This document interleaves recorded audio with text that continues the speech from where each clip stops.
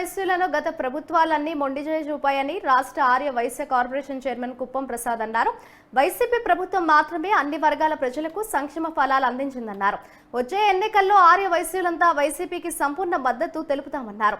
Palakollu YCP అభ్యర్థి గుడాల గోపిని గెలిపించాలని, ఈసారి పాలకొల్లులో వైసీపీ జెండా ఎగరవేసి సీఎం జగన్ కు బహుమతిగా ఇవ్వాలని ఆయన కార్యకర్తలకు పిలుపునిచ్చారు.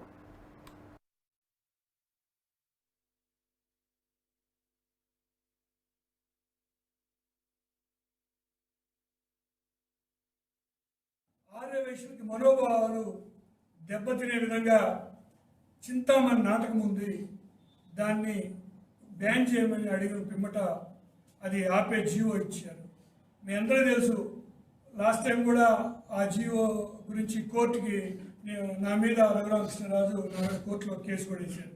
ఆయన ఇక్కడికి వచ్చి 2-3 రోజులు ధర్నా చేశాను. అప్పుడు నన్ను బెదిరిస్తున్నాడని కోర్టులో కూడా వేయటం జరిగింది.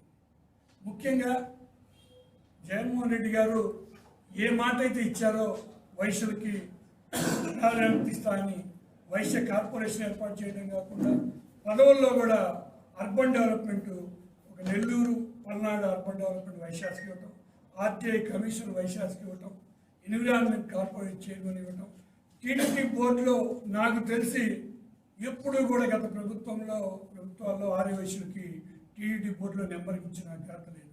జగన్మోహన్ రెడ్డి గారు ముఖ్యమంత్రి అయిన తర్వాత ఆర్య వైశ్యులకి ప్రతి సంవత్సరం గత 2 వైశ్యులంటే చాలా తటస్థతగా ఉండే వ్యక్తులు, ఎక్కడ లూజ్గా మాట్లాడడం కానీ ఏదేదో నోటికి వచ్చింది చెప్పడం కానీ అలాగా జరగకుండా ఉండేది ఏదైనా ఉంది అంటే ఒక వైశ్యులు అని చెప్పేసి నేను చెప్పడం జరుగుతుంది.